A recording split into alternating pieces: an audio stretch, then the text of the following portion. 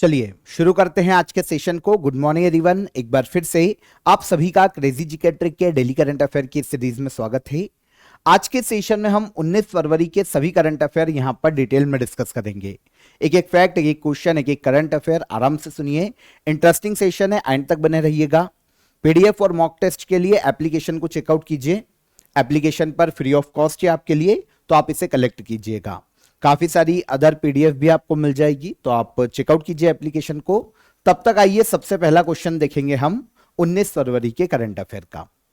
चर्चा में रहा गलाथिया बे भारत के किस द्वीप समूह में स्थित है। यहां पर एक खाड़ी की बात की जा रही है, गलाथिया की खाड़ी या गलाथिया बे इसे कहा जाता है, जो कि हमको देखने को मिलता है अंडमान निकोबार आइलैंड पर। अगर हम लोकेशन देखें तो ये इंडिया है, ये हमको देखने को मिलेगा अंडमान निकोबार। और अगर आप नजर डालेंगे तो यहां पर आपको एक द्वीप देखने को मिलेगा जिसका नाम है ग्रेट निकोबार आइलैंड, अंडमान निकोबार के सबसे दक्षिण में। और जब आप ग्रेट निकोबार आइलैंड को देखेंगे तो यहां पर आपको एक खाड़ी देखने को मिलेगी, इसी का नाम है गलाथिया बे। अच्छा, अभी सुर्खियों में क्यों है? तो पहली चीज तो ये कि कहां पर है, तो ये अंडमान निकोबार आइलैंड के ग्रेट निकोबार आइलैंड के दक्षिण में देखने को मिलेगी। खाड़ी की बात की जा रही है।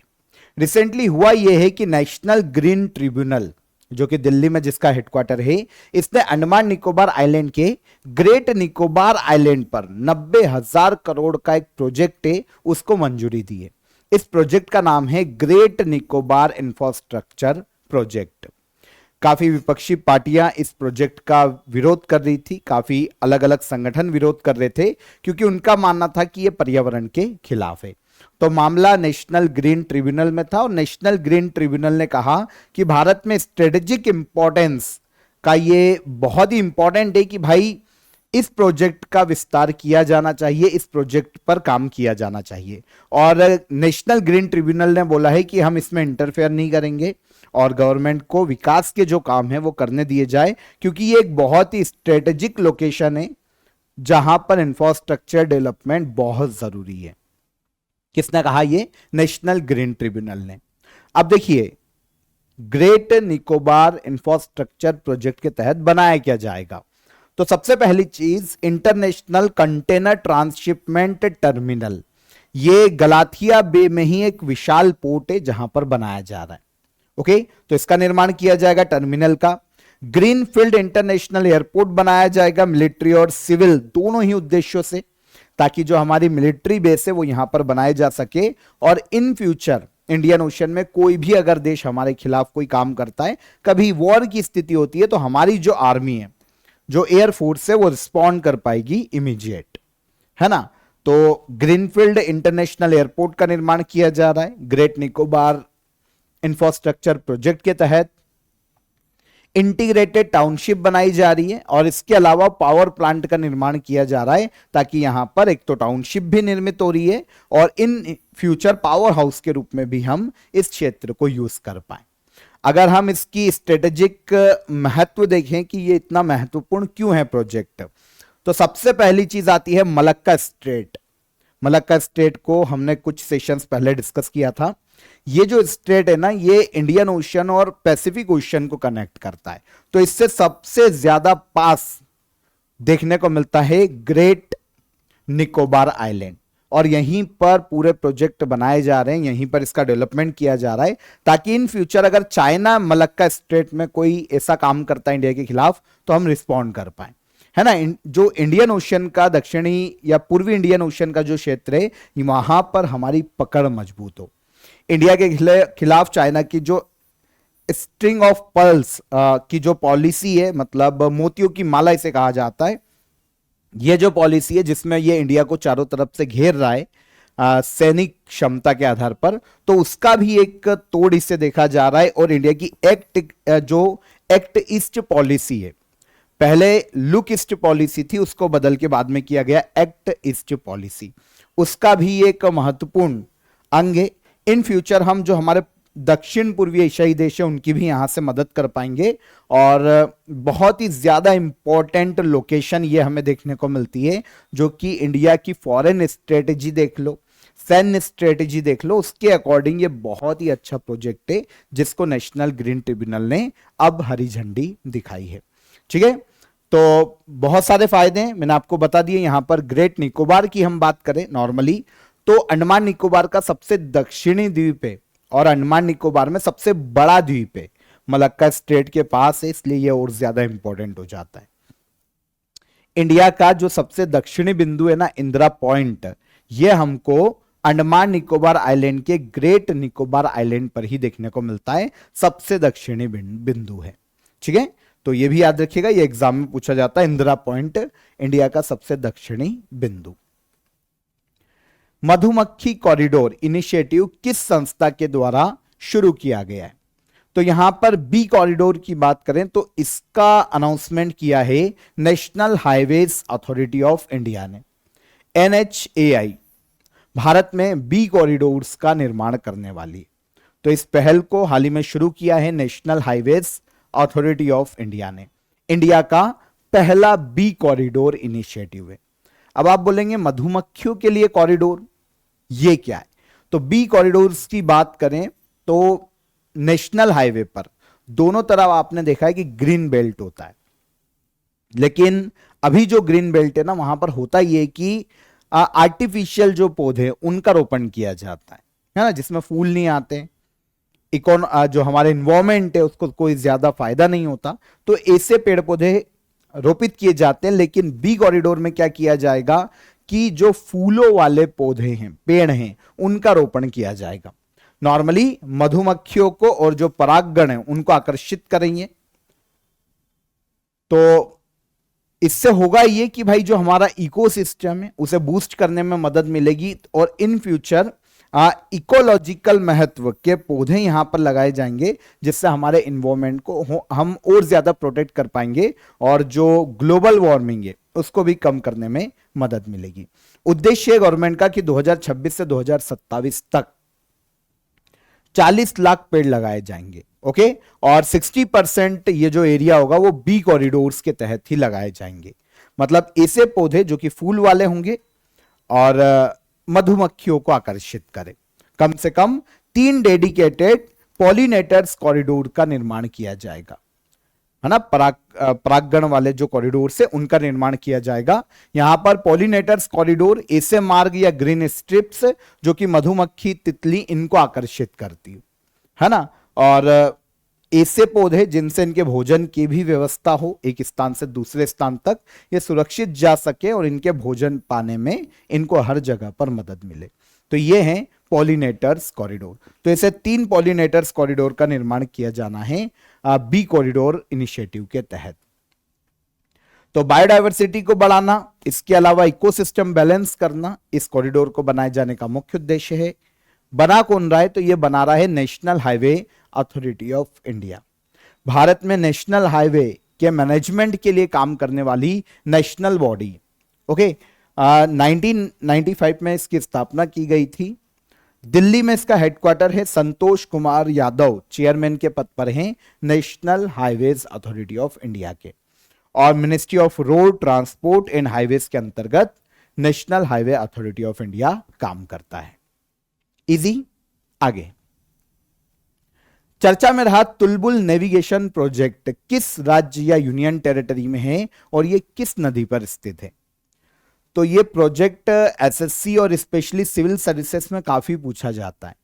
तुलबुल झेलम परियोजना, इसको आप नदी के नाम से याद कर सकते हैं, या तो ये तुलबुल नेविगेशन प्रोजेक्ट कहलाता है, या फिर अगर आपको नदी याद करना है तो तुलबुल झेलम प्रोजेक्ट के रूप में आप इसको याद करिए, तो नदी याद हो जाएगी, है ना। तो झेलम नदी पर भारत के जम्मू कश्मीर यूनियन टेरिटरी में देखने को मिलती है तुलबुल नेविगेशन प्रोजेक्ट। अगर हम इस प्रोजेक्ट की बात करें तो अभी हुआ यह है कि जम्मू कश्मीर राज्य की गवर्नमेंट ने अनाउंस किया है कि सालों से जो बंद पड़ा हुआ है तुलबुल नेविगेशन प्रोजेक्ट, अब इसे पुनर्जीवित किया जाएगा ताकि हम हमारी सिंचाई व्यवस्था को और ज्यादा बूस्ट कर पाए। तो इसके लिए अब जम्मू कश्मीर का जो तुलबुल नेविगेशन प्रोजेक्ट है झेलम रिवर पर, इसको पुनर्जीवित किया जाना है। आपको पता है जम्मू कश्मीर में झेलम रिवर पर यह देखने को मिलता है, और इस परियोजना का जो निकास है ना वो वुलर लेक के निकास पर स्थित है। मतलब वुलर लेक भी इससे जुड़ी हुई है और झेलम रिवर के जल प्रवाह को वुलर लेक ही अनियंत्रित करती है। तो इससे होगा ये प्रोजेक्ट से कि वुलर लेक में भी 12 ही महीने पानी के प्रवाह को सुनिश्चित किया जा सकेगा। तो जम्मू कश्मीर ने इस प्रोजेक्ट को पुनर्जीवित करने की घोषणा की है। एक्चुअल में आपको पता है तुलबुल नेविगेशन प्रोजेक्ट जो है ना 1984 में शुरू हो चुका था जम्मू कश्मीर में, लेकिन इंडस वाटर ट्रीटी जो कि इंडिया और पाकिस्तान के बीच में पानी के बंटवारे को लेकर 1960 में की गई थी, इसके तहत पाकिस्तान ने विरोध किया था तुलबुल परियोजना का, है ना, क्योंकि ये झेलम नदी पर है और झेलम सिंधु वाटर ट्रीटी के तहत या इंडस वाटर ट्रीटी के तहत झेलम के पानी पे अधिकार है पाकिस्तान का। अभी हम बात करेंगे आगे। तो इसीलिए पाकिस्तान ने इसका विरोध किया था। तो 1984 में ये शुरू की गई, लेकिन 1987 तक आते आते तुलबुल नेविगेशन प्रोजेक्ट को बंद कर दिया गया था। अब इसे पुनर्जीवित किया जा रहा है। वुल्लर लेक के किनारे पर देखने को मिलता है झेलम नदी पर। 1984 में शुरू किया गया और 1987 में इसके काम को रोक दिया गया था। अब पुनर्जीवित किए जाने का उद्देश्य कि झेलम रिवर में साल भर नौ परिवहन को संचालित किया जा सके, जो लेक है Wular lake minimum water level उसका बनाया जा सके और फार्मिंग और इन्वायरमेंट को भी यहां पर लाभ दिया जा सके। तो एक बार फिर से रिवाइव किया जा रहा है। हाँ, इंडस वाटर ट्रीटी 1960 में इंडिया और पाकिस्तान के बीच में हुई थी। सिंधु और उसकी सहायक नदियों के पानी के बंटवारे को लेकर थी। दो तरीके की नदियां हैं सिंधु जो नदी तंत्र है उसमें, एक है ईस्टर्न रिवर, एक है वेस्टर्न रिवर। ईस्टर्न रिवर जो है उन पर पूरा अधिकार इंडिया का था, ऑलमोस्ट पूरा, रावी, व्यास और सतलज। लेकिन वेस्टर्न रिवर जो है उन पर अधिकार दिया गया था पाकिस्तान को।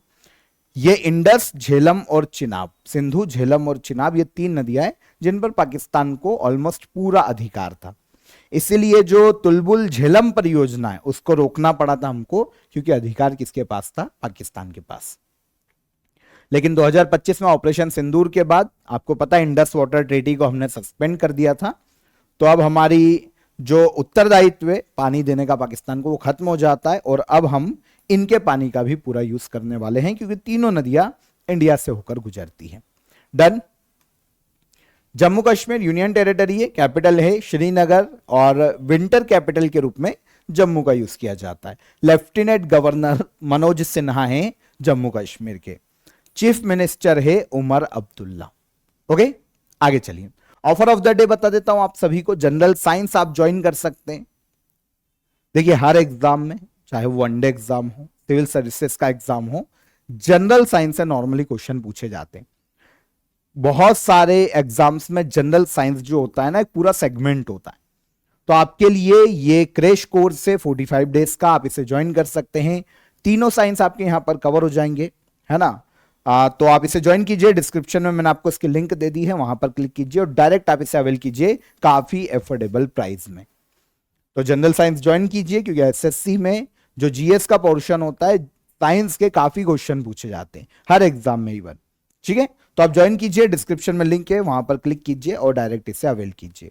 कोई भी हर्डल आता है तो हेल्पलाइन नंबर है आपके लिए, हेल्पलाइन नंबर पर आप कॉल कर सकते हैं। बायो एशिया 2026 समिट का आयोजन किस शहर में किया जा रहा है? बायो एशिया 2026 समिट का आयोजन किया जा रहा है तेलंगाना के हैदराबाद में। तेलंगाना के सीएम है रेवंत रेड्डी। तो रेवंत रेड्डी ने हैदराबाद में बायो एशिया 2026 समिट का, जो कि 23वां एडिशन है, इसका इनॉग्रेशन किया है। आपको पता है तेलंगाना गवर्नमेंट के द्वारा आयोजित किया जाने वाला एक एनुअल इंटरनेशनल समिट है। एशिया का सबसे बड़ा लाइफ साइंस और हेल्थ टेक्नोलॉजी मंच इसे माना जाता है। इस बार जो समिट आयोजित की गई है उसका मेन फोकस इस बात पर रखा गया था कि आर्टिफिशियल इंटेलिजेंस का यूज करके मेडिसिन बनाने में और इलाज करने में कैसे आर्टिफिशियल इंटेलिजेंस का यूज किया जा सकता है और कैसे ये हमारी जो बायो साइंस है उसकी दिशा को बदल सकता है, आर्टिफिशियल इंटेलिजेंस। तो जो मेन फोकस था, जिस चीज पर जोर दिया गया इस समिट में, वो है टेक बायो। टेक बायो की बात करें तो टेक्नोलॉजी और बायोलॉजी का मेल ही टेक बायो है।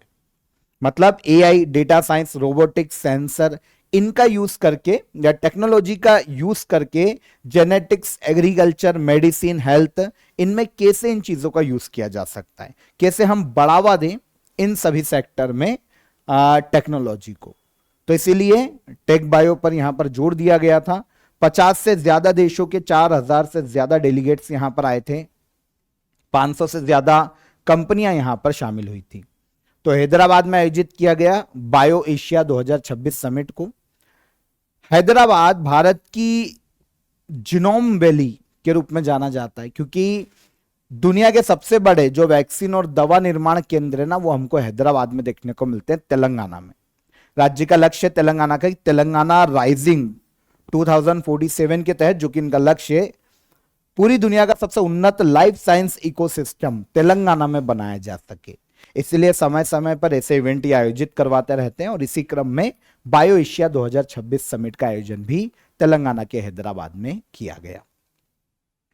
असम सरकार ने टी ट्राइब्स और आदिवासियों के लिए क्लास फर्स्ट और सेकंड जॉब्स में कितना आरक्षण स्वीकृत किया है? तो तेलंगाना में ट्राइब्स पाई जाती है, टी ट्राइब्स, है ना, जो चाय बागान होते हैं ना, उनमें काम करने वाले लेबर की एक समुदाय, जिन्हें वहां पर टी ट्राइब्स कहा जाता है। तो इस ट्राइब्स को असम सरकार ने क्लास फर्स्ट और सेकंड जॉब्स में 3% तक आरक्षण देने को स्वीकृत किया है। 3% आरक्षण देने वाली है असम गवर्नमेंट, ठीक है, टी ट्राइब्स को। देखिए, अभी जो ये रिजर्वेशन का अनाउंसमेंट किया गया है कि टी ट्राइब्स को दिया जाएगा असम में, ये ओबीसी कोटे से दिया जाने वाला है।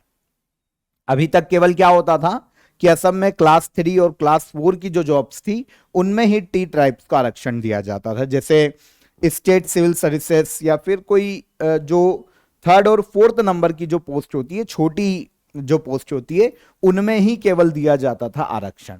लेकिन अब 3% आरक्षण क्लास फर्स्ट और सेकेंड की जॉब्स में भी दिया जाएगा, जो कि अधिकारियों की पोस्ट है ना, first class officer, second class officer, उनकी पोस्ट में भी 3% आरक्षण दिया जाने वाला है। यहां पर टी ट्राइब्स को आपको समझना पड़ेगा कि ये है क्या। देखिए, टी ट्राइब्स को असम में या तो आदिवासी या फिर टी गार्डन लेबर कम्युनिटी के नाम से भी पुकारा जाता है।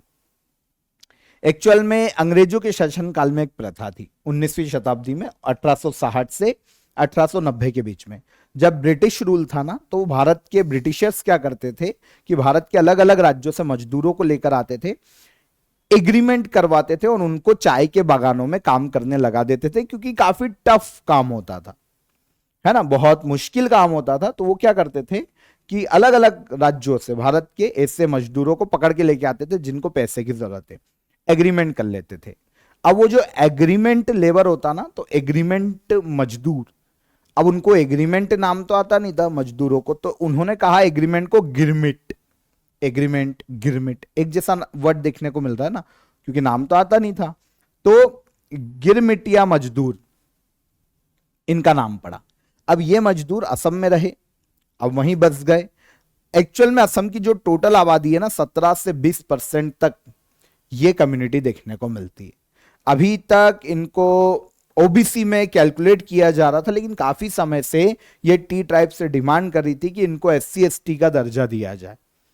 काफी समय से इनकी डिमांड थी, क्योंकि ये असम में काफी पिछड़ी है, हाशिए पर है, और इनके जीवन केवल चाय बागानों पर ही निर्भर है और बहुत ज्यादा पिछड़े हुए। तो अब इनको मुख्य धारा में लाया जा सके, इसीलिए अभी तक तो ओबीसी कम्युनिटी में आते थे, ये डिमांड कर रहे थे ST कम्युनिटी में आने की। तो अभी कम्युनिटी में तो एड नहीं किया गया, लेकिन 3% इनको आरक्षण अब दिया गया है टी ट्राइब्स को। कहां पर? असम में, क्लास फर्स्ट और सेकेंड नंबर की जो जॉब्स होती है उनमें, ठीक है। भारत का पहला under water road cum rail tunnel किस नदी के नीचे बनाया जा रहा है या बनाया जाएगा?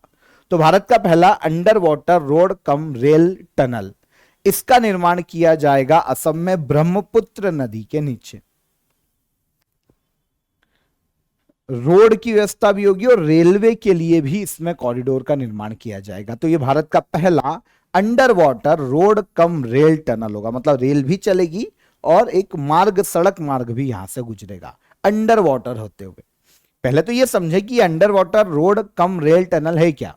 देखिए, नदी के नीचे सील्ड कंक्रीट ट्यूब्स का निर्माण किया जाएगा। अब हो सकता है दो ट्यूब्स हो, एक में रेल चलेगी, एक में सड़क मार्ग गुजरेगा, और ऊपर से नदी बहेगी आराम से, कोई दिक्कत नहीं, ठीक है ना।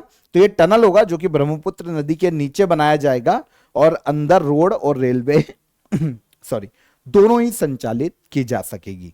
नदी बहती रहेगी और ये इनके नीचे रोड और रेलवे चलेगा, ठीक है। तो प्राइम मिनिस्टर नरेंद्र मोदी की अध्यक्षता में एक जो हमारी सेंट्रल कैबिनेट है, cabinet committee on economic affair, इन्होंने मंजूरी दे दी है इस ग्रीनफील्ड प्रोजेक्ट को। तो अब इसका निर्माण किया जाएगा। अब इसके निर्माण में टोटल जो कॉस्ट आएगी 18,662 करोड़ रुपए की आएगी। टोटल लेंथ ऑलमोस्ट 33.7 किलोमीटर होगी, लेकिन नदी के नीचे जो केवल नदी के नीचे जो टनल होगी ना, वो 15.79 किलोमीटर की होगी। ट्विंस ट्यूब होंगे, जैसा कि मैंने आपको बताया, एक में सड़क मार्ग और एक में रेलवे। असम के गोहपुर और नुमालीगढ़ जो कि 240 किलोमीटर जिनकी दूरी है ना, ये घटकर इस ट्यूब के माध्यम से या टनल के माध्यम से 34 किलोमीटर हो जाएगी। जो पहले 6 घंटे लगते थे, अब केवल 20 मिनट लगेंगे। NH15 और NH 715 ये दो हाईवेज को जोड़ने का काम करेगी टनल। तो इनके बीच इसका निर्माण किया जा रहा है। और ऑब्वियस सी बात है कि क्योंकि ये चीन की बाउंड्री के पास है असम में, तो हमारी सेना को भी मूव करने में किसी भी कंडीशन में, वॉर की कंडीशन में या ऐसी कोई कंडीशन आती है, तो इमीडिएट रिस्पॉन्ड करने में भी मदद मिलेगी हमारी सेना को। तो ये पहला under water road cum rail tunnel है। कहां पर निर्माण किया जा रहा है? असम में। किस नदी के नीचे? तो ब्रह्मपुत्र नदी के नीचे।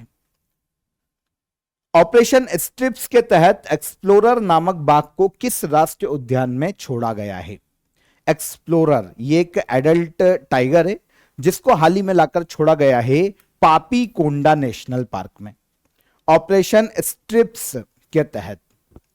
अब पापी कोंडा नेशनल पार्क की बात करें ना, तो ये हमको आंध्र प्रदेश राज्य में देखने को मिलता है। यहां पर एक वयस्क नर बाघ को लेकर आए हैं और छोड़ा है, और इसका नाम है एक्सप्लोरर, टाइगर का ही नाम है। जिस प्रोजेक्ट के तहत इसको यहां पर लाकर छोड़ा गया, यह है ऑपरेशन स्ट्रिप्स।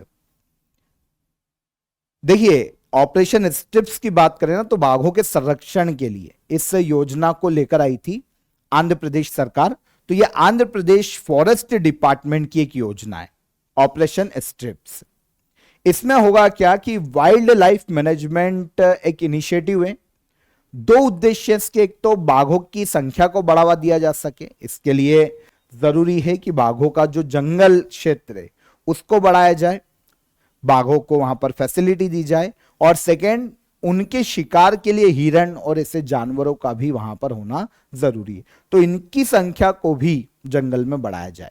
यह है ऑपरेशन स्ट्रिप्स, जो कि आंध्र प्रदेश फॉरेस्ट डिपार्टमेंट का एक इनिशिएटिव है, state level wild life management initiative.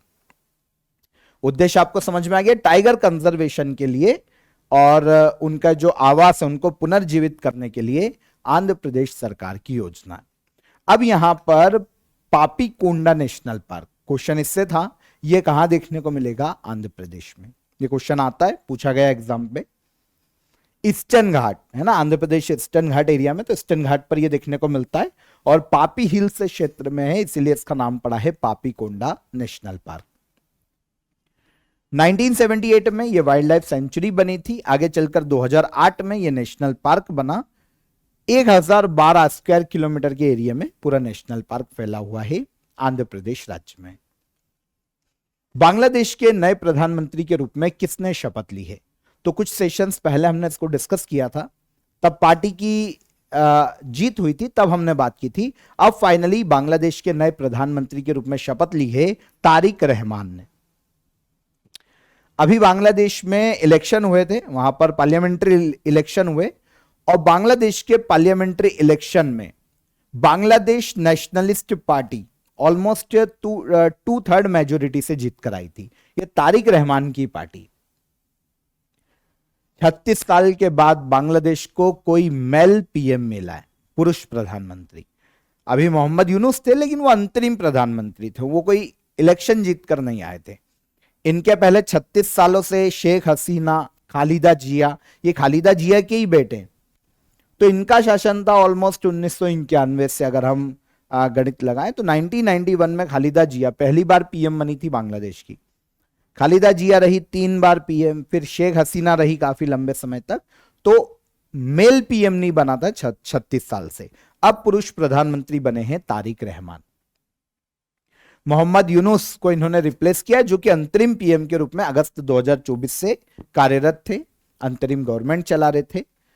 Total seat है जो जिस पर इलेक्शन हुए बांग्लादेश में 297 में से 209 अकेले तारिक रहमान की बांग्लादेश नेशनलिस्ट पार्टी ने जीती। फॉर्मर पीएम खालिदा जिया और फॉरेस्ट प्रेसिडेंट जियाउर रहमान, इनके बेटे हैं तारिक रहमान, अब पीएम बने हैं बांग्लादेश के।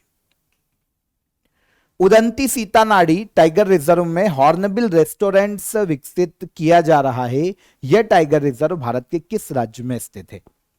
टाइगर रिजर्व का नाम क्या है? Udanti Sitanadi tiger reserve. यह स्थित है भारत के छत्तीसगढ़ राज्य में। यहां पर पहली बार हॉर्नबिल रेस्टोरेंट का निर्माण किया जा रहा है। Udanti Sitanadi tiger reserve. Hornbill restaurant क्या है?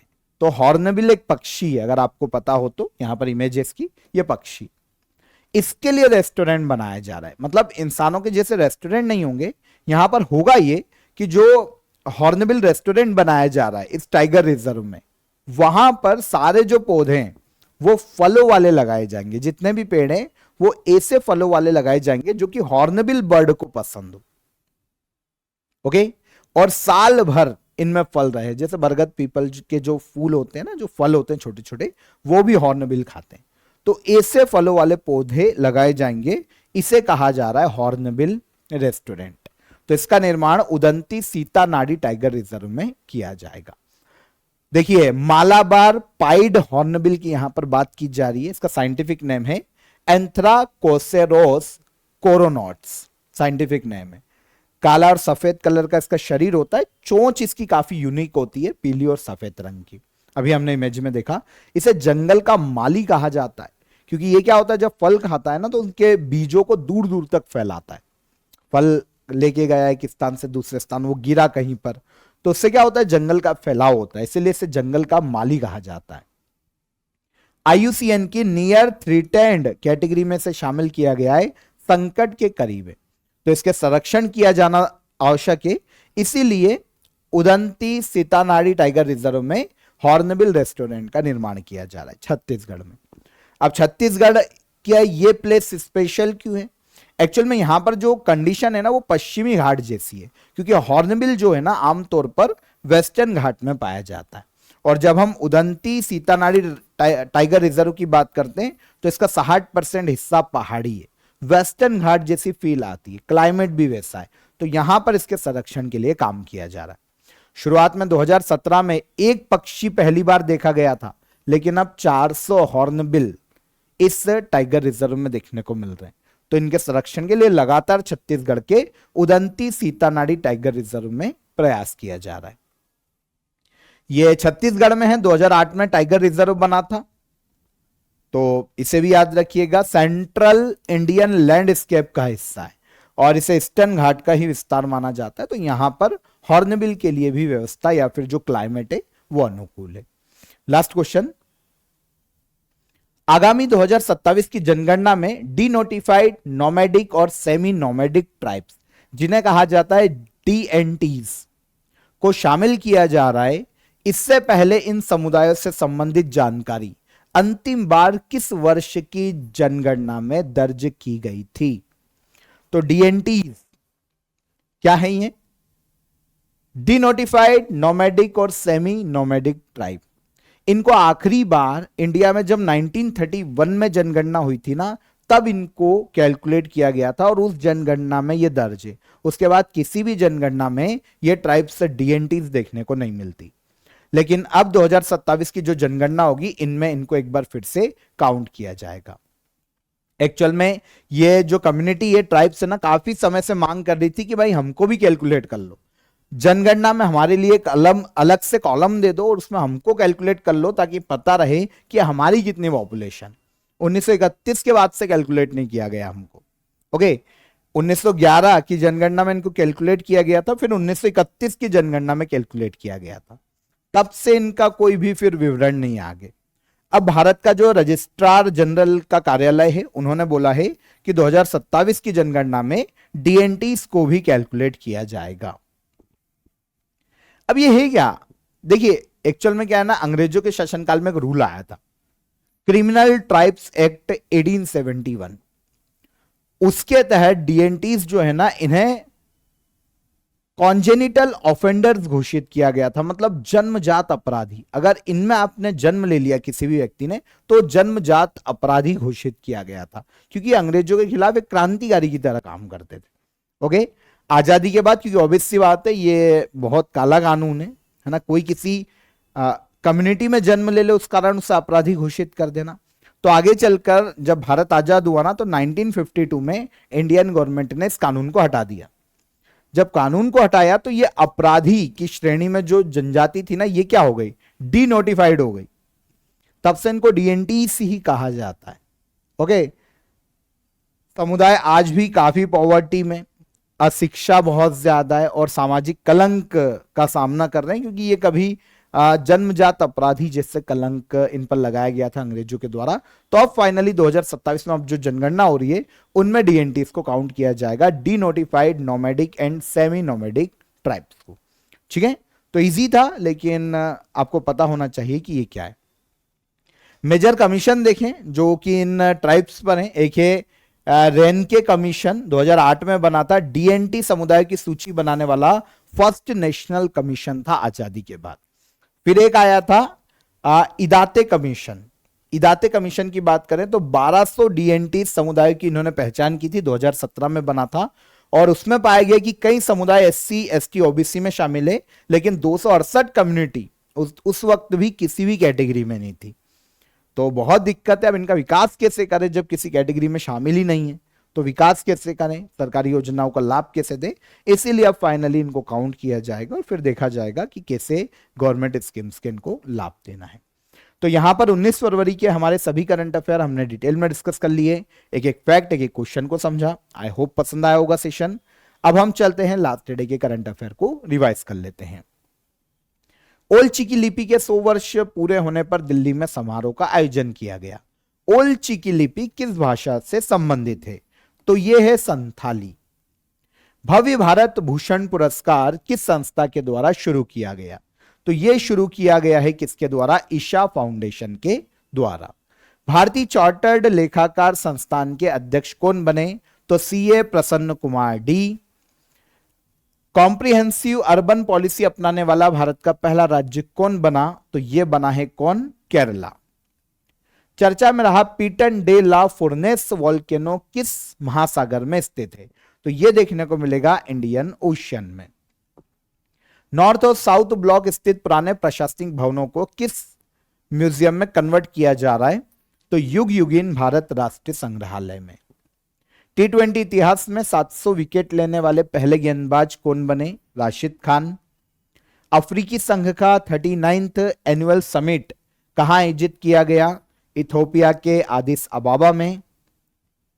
BBC Indian sports women of the year 2025 का पुरस्कार किसे प्रदान किया गया, तो यह स्मृति मंधाना को दिया गया। गीता पटनायक का हाल ही में निधन हो गया, जो कि एक ओडिया संगीत से संबंधित गायक है, गीतकार। ठीक है ना, गीता पटनायक, इनका निधन हो गया था। ये सारे करंट अफेयर कल के सेशन के हो गए हमारे। अब क्वेश्चन ऑफ द डे का आंसर देख लें। महाराष्ट्र की पहली महिला उप मुख्यमंत्री कौन बनी है, सुनेत्रा पवार। भारतीय तटरक्षक दिवस हर साल मनाया जाता है 1 फरवरी को, और बेजिमियानी वोल्केनो देखने को मिलेगा रशिया के पूर्व में स्थित है। ये तीनों क्वेश्चन के हमारे आंसर आज के क्वेश्चन ऑफ द डे। दक्षिण एशियाई क्षेत्रीय सहयोग संघ सार्क का मुख्यालय कहां स्थित है, ग्वालियर घराने के संस्थापक कौन हैं, और भारतीय रिजर्व बैंक की स्थापना कब की गई थी। कमेंट में आंसर कीजिएगा, और सेशन पसंद आया हो लाइक और शेयर करके जाइए। चैनल पर पहली बार आए हो तो चैनल को सब्सक्राइब कर लो। एप्लीकेशन को चेकआउट करो, डेली करंट अफेयर की पीडीएफ मिल जाएगी। मॉक टेस्ट भी आप डेली का लगा सकते हैं, वहां पर सब आपके लिए अवेलेबल है। कल फिर मुलाकात करेंगे नेक्स्ट डे के करंट अफेयर में। तब तक ख्याल रखिएगा अपना। जय हिंद, जय भारत।